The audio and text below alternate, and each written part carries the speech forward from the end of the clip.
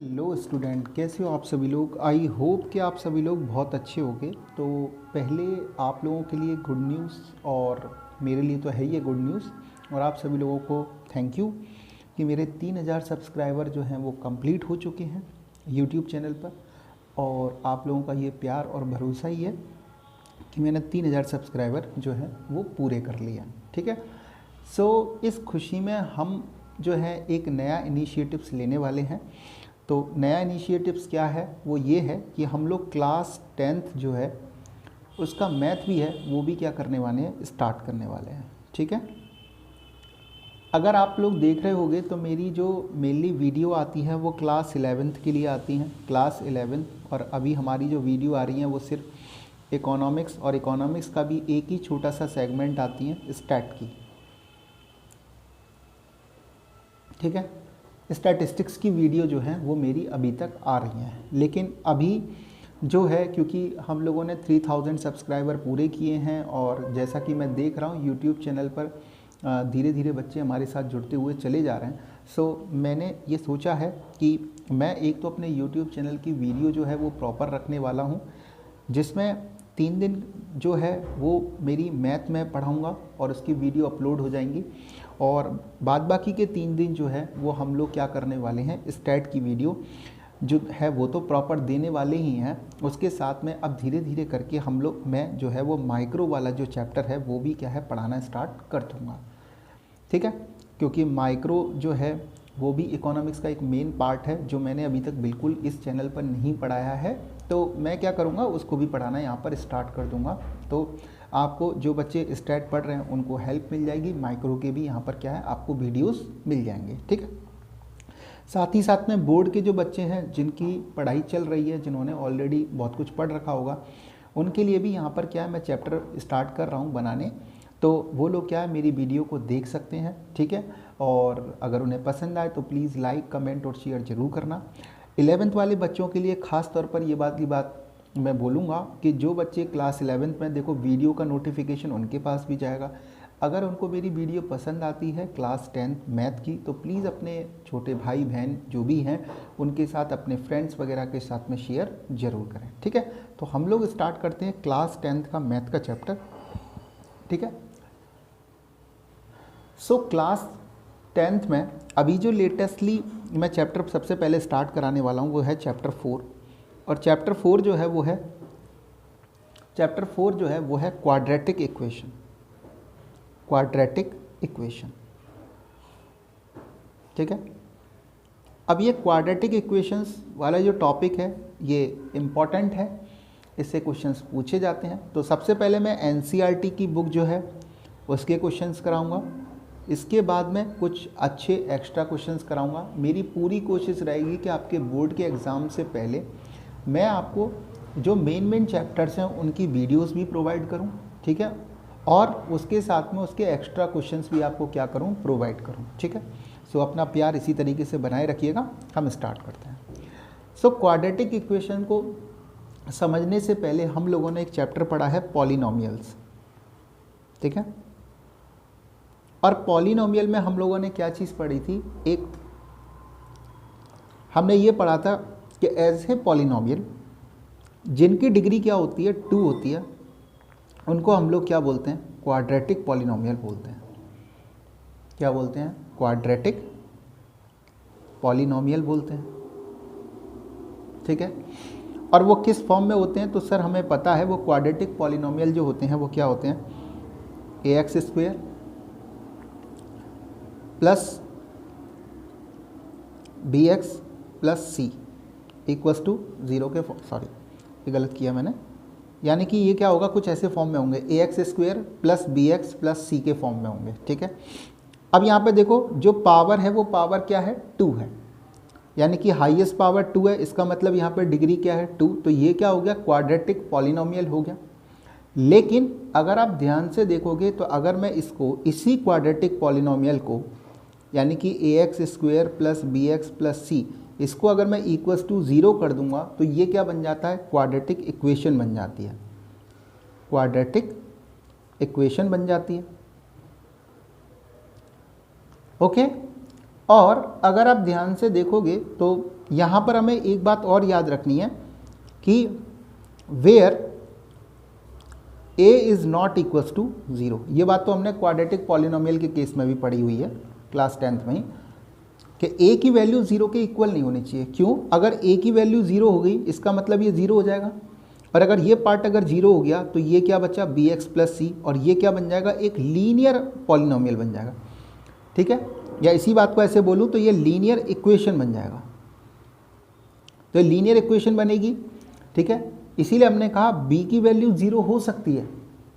ठीक है, क्यों? क्योंकि हम इसी बात को ax square plus B x plus C को हम इसी बात को ऐसे भी लिख सकते हैं ax square plus C equals to 0, या इसी बात को ऐसे भी लिख सकते हैं ax स्क्वेयर, ये भी लिख सकते हैं। ठीक है, इसको हम लिख सकते हैं ऐसे करके। क्यों? इसमें b और c की वैल्यू 0 हो जाएगी तो कोई दिक्कत नहीं है, बट a की वैल्यू 0 नहीं होनी चाहिए। खैर, अगर हम बात करते हैं क्वाड्रेटिक इक्वेशंस की तो इसकी स्टैंडर्ड फॉर्म क्या होती है? सो इसकी स्टैंडर्ड फॉर्म जो होती है वो होती है ax square plus B x plus C equals to 0, ये स्टैंडर्ड फॉर्म होती है इसकी। यहाँ पर a जो होता है वो x स्क्वेयर का कोएफिशिएंट होता है, b जो है वो x का कोएफिशिएंट होता है, और c जो है वो क्या होता है, एक कांस्टेंट टर्म होता है। ठीक है, तो a क्या, x, यानी कि मैं कह सकता हूँ कोएफिशिएंट ऑफ एक्स स्क्वेयर वो क्या हो जाएगा a। ठीक है, कोएफिशिएंट ऑफ b ये क्या हो जाएगा, सॉरी कोएफिशिएंट ऑफ x ये क्या हो जाएगा b, और जो कांस्टेंट टर्म है वो क्या हो जाएगा, यहाँ पर c हो जाएगा। ठीक है, अब चलते हैं आगे कि इसमें किस तरीके से क्वेश्चंस आते हैं, तो हम अपने एनसीईआरटी के क्वेश्चंस को सॉल्व करते हैं यहाँ पर। तो ये बात हमें समझ में आ गई कि इसकी स्टैंडर्ड फॉर्म जो होती है वो इस फॉर्म में होगी, a की वैल्यू बस क्या होनी चाहिए, 0 नहीं होनी चाहिए। अगर आप ज़्यादा भी नहीं समझ पाए हो तो बस इतना याद रखो कि स्टैंडर्ड फॉर्म जो होती है वो ये होती है ax square plus B x plus C equals to 0 होती है। यहाँ पर a की वैल्यू जो होनी चाहिए वो 0 के इक्वल नहीं होनी चाहिए। ओके, अब आते हैं हम लोग एग्जाम्पल फर्स्ट पर। ये आपकी एनसीईआरटी बुक का एग्जाम्पल फर्स्ट इसमें लिख रखा है, represent the following situation mathematically.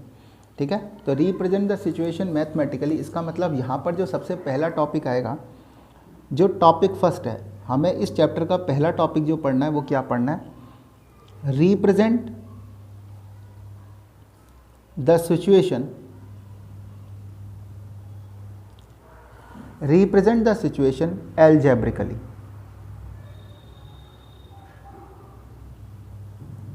ठीक है, पहला टॉपिक पढ़ना है इसमें कि इस मतलब कोई भी अगर आपको सिचुएशन दी जाती है तो उसे एल्जेब्रिकली हम लोग कैसे रिप्रेजेंट करते हैं।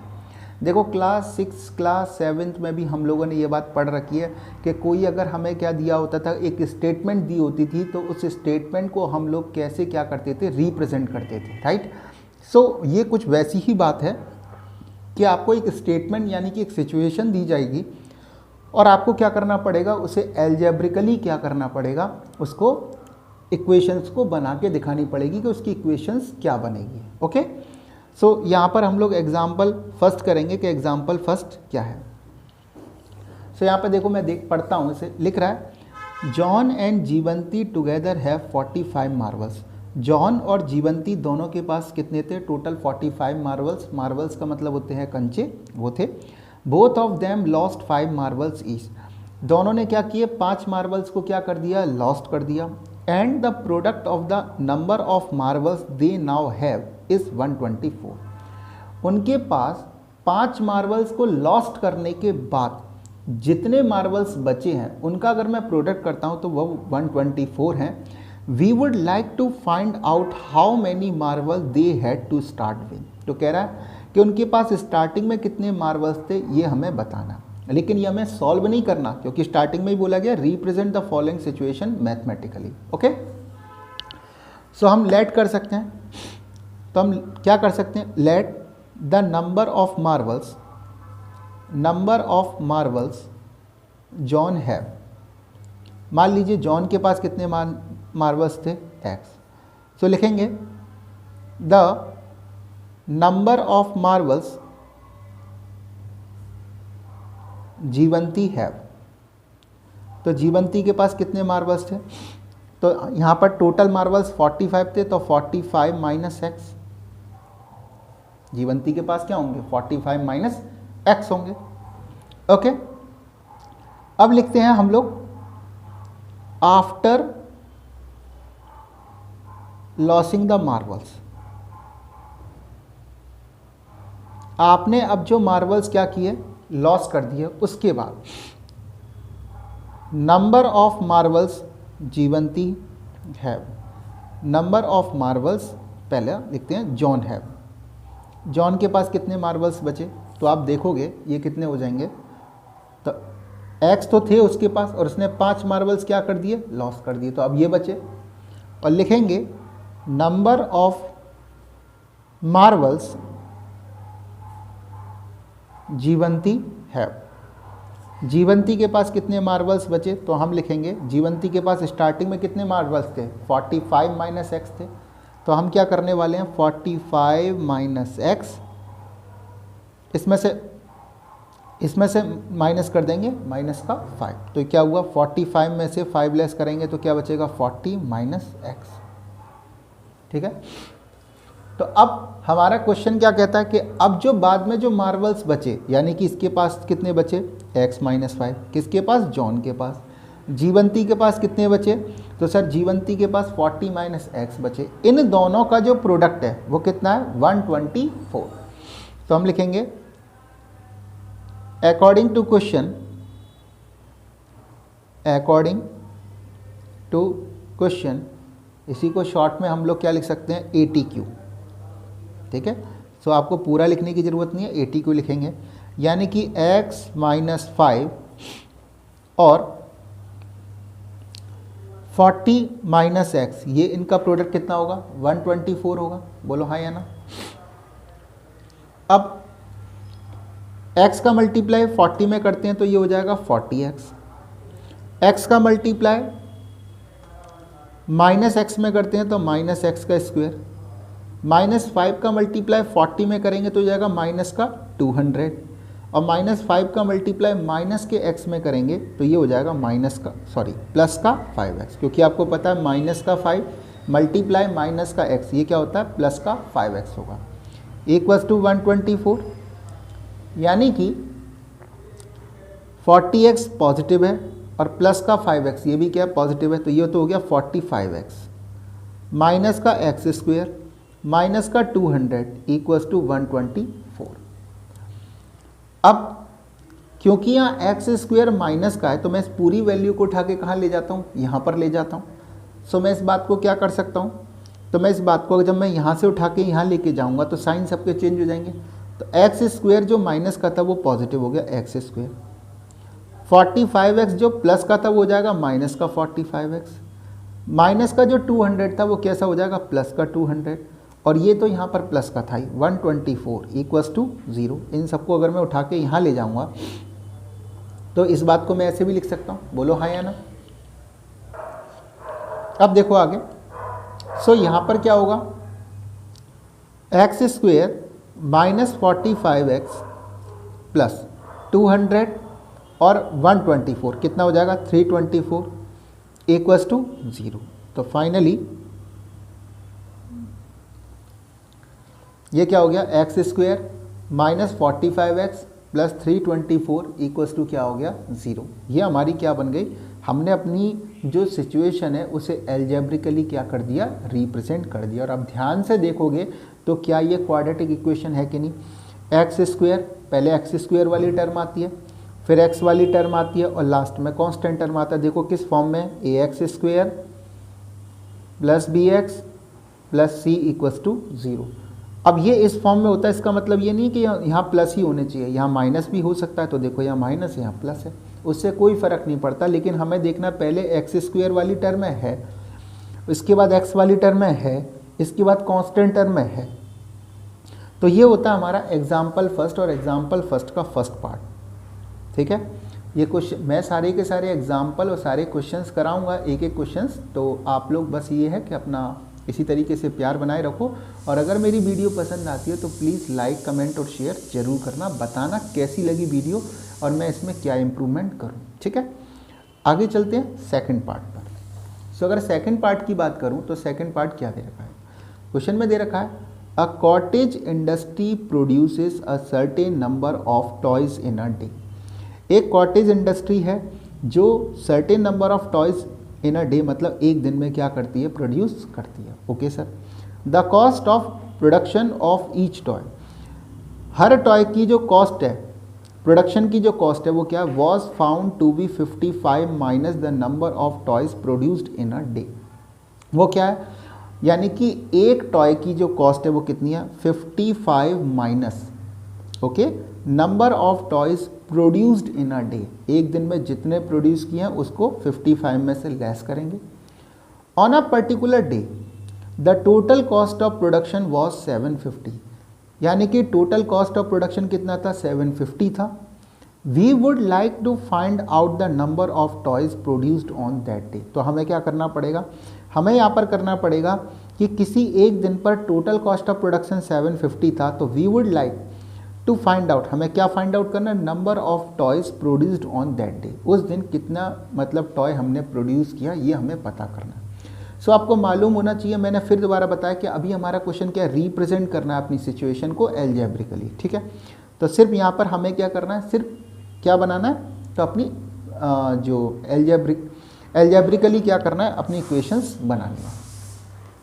चलो तो नेक्स्ट वन यहाँ पर अगर मैं करूँ इस बात को, सेकंड पार्ट है, तो मैंने यहाँ पर लेट क्या किया, let number of toys produced in a day. हमसे जो चीज़ पूछी जाती है ना, हम उसी बात को लेट कर लेते हैं। हमसे पूछा यही गया था कि number of toys produced in a day, तो मैंने उसी बात को क्या कर लिया, लेट कर लिया। और ये मैंने क्या लिखा, एक्स। तो लिखेंगे कॉस्ट ऑफ ईच टॉय, एक टॉय की कॉस्ट क्या थी, तो उसने कहा था 55 minus number of toys produced in a day, यानी कि एक दिन में जितने प्रोड्यूस करते हो, और एक दिन में कितने प्रोड्यूस करते हैं, एक्स। तो यानी कि एक टॉय की कॉस्ट कितनी आ गई, 55 माइनस एक्स। ओके, आगे चलते हैं। अगर हम आगे चलेंगे तो उसने क्या कहा, तो लिखेंगे अकॉर्डिंग टू क्वेश्चन, क्या बोला उसने, उसने ये कहा कि total cost of production in a day, मतलब एक दिन की टोटल कॉस्ट ऑफ प्रोडक्शन 750 था। इसका मतलब क्या, मैंने इतने जो थे टॉय प्रोड्यूस किए एक दिन में, और एक टॉय की कॉस्ट कितनी है, 55 माइनस एक्स।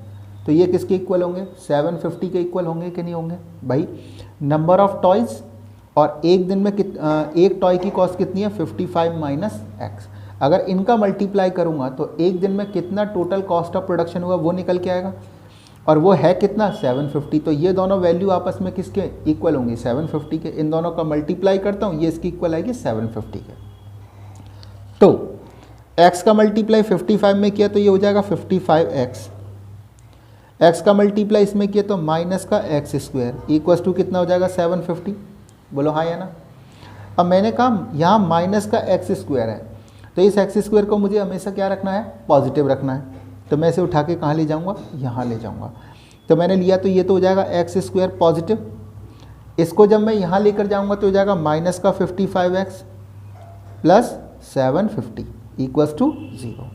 तो ये हमारी क्या बन गई, तो ये हमारी बन गई सिचुएशंस, और इसको हमने एल्जेब्रिकली क्या कर लिया, रिप्रेजेंट कर दिया।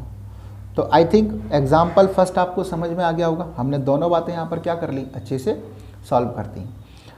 आगे आते हैं एग्जाम्पल 2 पर।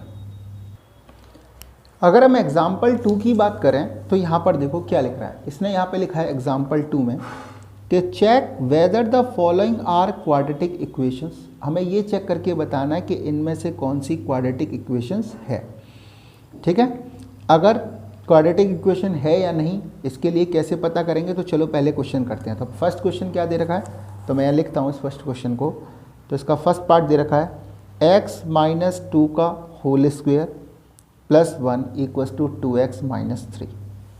ओके, अब मैं से अगर सॉल्व करूं तो ये मुझे पता है ये a माइनस बी का होल स्क्वायर होता है, और a माइनस बी का होल स्क्वायर क्या होता है, a का square minus 2ab plus b का स्क्वायर, बोलो हाँ या ना।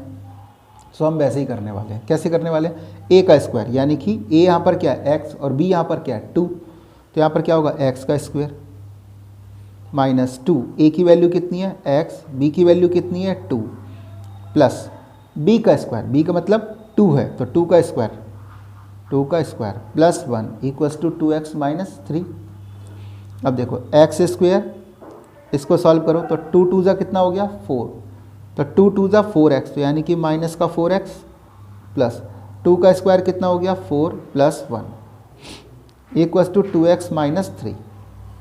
ओके, तो ये हो जाएगा x square minus 4x plus 5 equals to 2x minus 3।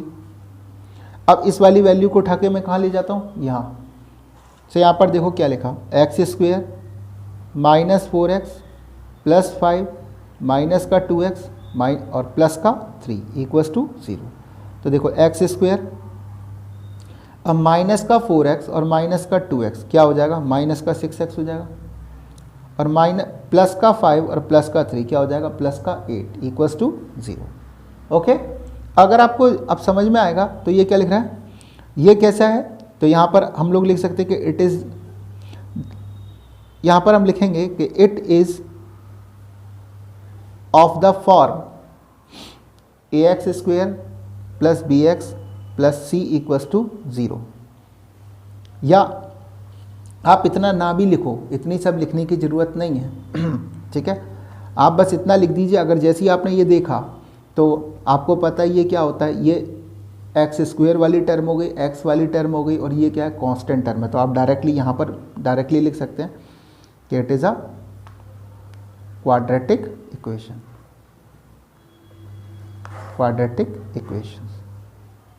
ठीक है।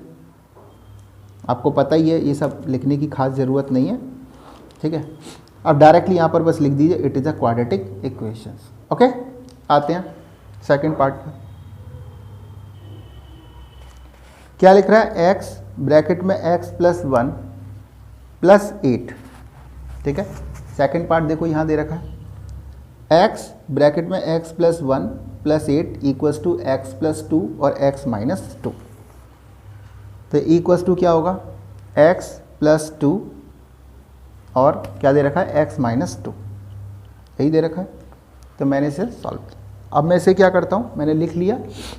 अब मैं इसे सॉल्व करूँ तो क्या होगा, x का मल्टीप्लाई x में होता है तो ये हो जाता है x का स्क्वायर, x का मल्टीप्लाई 1 में होगा प्लस का x और प्लस का 8 इक्वल्स टू x का मल्टीप्लाई x में हुआ x स्क्वायर, x का मल्टीप्लाई इसमें हुआ तो माइनस का 2x, इसका हुआ तो प्लस का 2x और इसका हुआ तो माइनस का 4। ओके, अब ध्यान से देखेंगे कि अब इसमें क्या करेंगे। तो देखो x square plus x plus 8 equals to x square minus 2x plus का 2x माइनस 4। तो देखो ये तो कैंसिल आउट हो गया, तो क्या बना, x square plus x plus 8 equals to x square minus का 4। ओके, अब आपको पता है ये पॉजिटिव है और ये भी पॉजिटिव है, एक्स स्क्वायर यहाँ भी पॉजिटिव और यहाँ भी पॉजिटिव। अगर आप इसको यहाँ उठा के लेके आओगे तो माइनस का हो जाएगा, ठीक है। तो वैसे ये आपस में क्या हो जाएंगे, कैंसिल आउट। तो x प्लस 8 और इस माइनस के 4 को इधर ले जाओ, प्लस का 4 इक्वल्स टू 0। तो x प्लस 8 प्लस 4 कितना हुआ, 12 इक्वल्स टू 0। अब आप खुद से देखो यहाँ एक्स स्क्वायर वाली टर्म है, नहीं है, तो बस डायरेक्टली लिख लीजिए it is not a quadratic equation, ठीक है।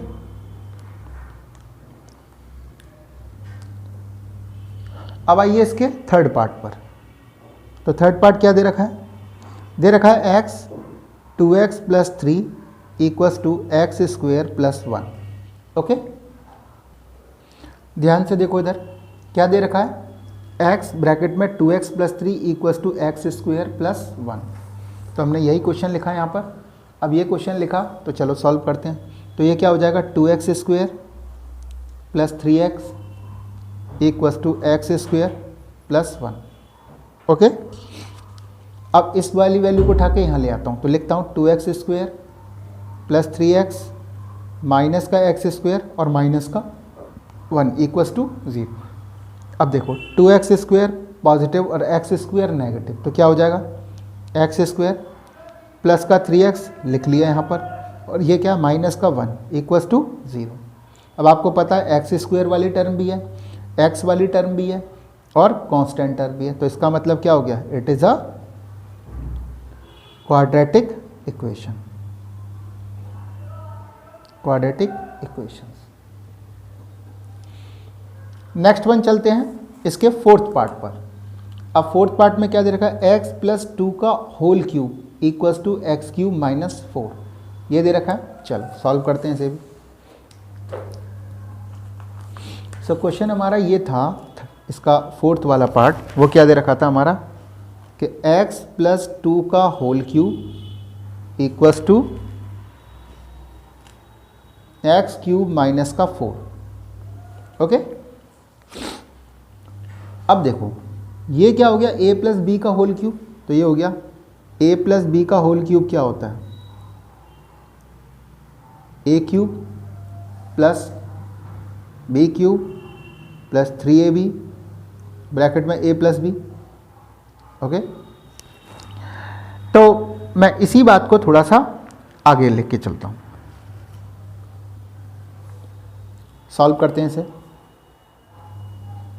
सो यहाँ पर इस बात को मैंने लिखा कि ये हो गया x का क्यूब प्लस a का क्यूब प्लस b का क्यूब, और b का क्यूब क्या होता है यहाँ पर, सो b का क्यूब हुआ यहाँ पर, 2 का क्यूब कितना होता है 8 plus 3ab, 3 multiply x multiply 2, और ब्रैकेट में क्या होता है x plus 2 equals to x का क्यूब माइनस 4। ओके सर, अब देखो x के क्यूब से तो x का क्यूब डायरेक्टली कैंसिल आउट हो गया, तो क्या बचा 8 प्लस, अब 3 2 जा 6x ब्रैकेट में x प्लस 2 इक्वल्स टू क्या बचा माइनस 4, तो 8 प्लस 6x का क्या हो गया स्क्वायर, और 6x का मल्टीप्लाई 2 से हुआ तो क्या हो गया 6 2 जा 12, 12x इक्वल्स टू माइनस का 4। इसे भी यहाँ ले आओ, तो 8 plus 6x square plus 12x plus का 4 इक्वल्स टू 0। ओके सर, सो अब क्या होगा 6x स्क्वायर हो गया प्लस का 12x हो गया, और 8 प्लस 4 ये भी क्या हो गया प्लस का 12 इक्वल्स टू 0। इसका मतलब ये क्या हो गया, it is a quadratic equations. ठीक है, आप फिर दोबारा से ध्यान से समझ लीजिए, यहाँ पर मैंने क्या किया है, x प्लस 2 का होल क्यूब किया था इसको, और ये किसके इक्वल है एक्स क्यूब माइनस 4 के इक्वल है, और a प्लस बी का होल क्यूब क्या होता है, वो ये फार्मूला होता है। अब आपको ये बात पता होनी चाहिए कि मैंने एक्स क्यूब से एक्स क्यूब क्यों कैंसिल आउट किया डायरेक्टली, क्यों, क्योंकि ये वैल्यू पॉजिटिव, यहाँ भी वैल्यू पॉजिटिव, जब ये यहाँ पर आएगा तो क्या होगा माइनस का हो जाएगा, तो पॉजिटिव और नेगेटिव वैसे ही कैंसिल आउट होते हैं, तो हम लोग क्या करते हैं डायरेक्टली यहाँ पर क्या कर देते हैं कैंसिल आउट करते हैं। मान लो यहाँ पर भी माइनस का एक्स क्यूब होता है और यहाँ भी माइनस का एक्स क्यूब होता है, तो भी कैंसिल आउट हो जाते हैं, सेम साइन कैंसिल आउट हो जाते हैं। क्यों, माइनस का एक्स क्यूब जब यहाँ आता है तो प्लस का एक्स क्यूब हो जाता है, तो माइनस का एक्स क्यूब और प्लस का एक्स क्यूब आपस में कैसे हो जाते हैं कैंसिल आउट हो जाते हैं। तो इस बात को थोड़ा सा याद रखना कि हम डायरेक्टली कैसे कर रहे हैं। ओके, और इतनी बहुत बातें पता होनी चाहिए क्योंकि आप क्लास 10th के स्टूडेंट्स हैं। ठीक है, सो मैंने यहाँ पर करा दिया आपको एग्जाम्पल फर्स्ट और एग्जाम्पल 2। अब हम नेक्स्ट वीडियो में करेंगे एक्सरसाइज 4.1। ओके, सो आज के लिए इतना ही। अगर मेरी वीडियो पसंद आई है तो प्लीज़ लाइक करो, कमेंट करो, शेयर करो और अपने फ्रेंड्स के साथ में से शेयर करो। Thank you, bye bye.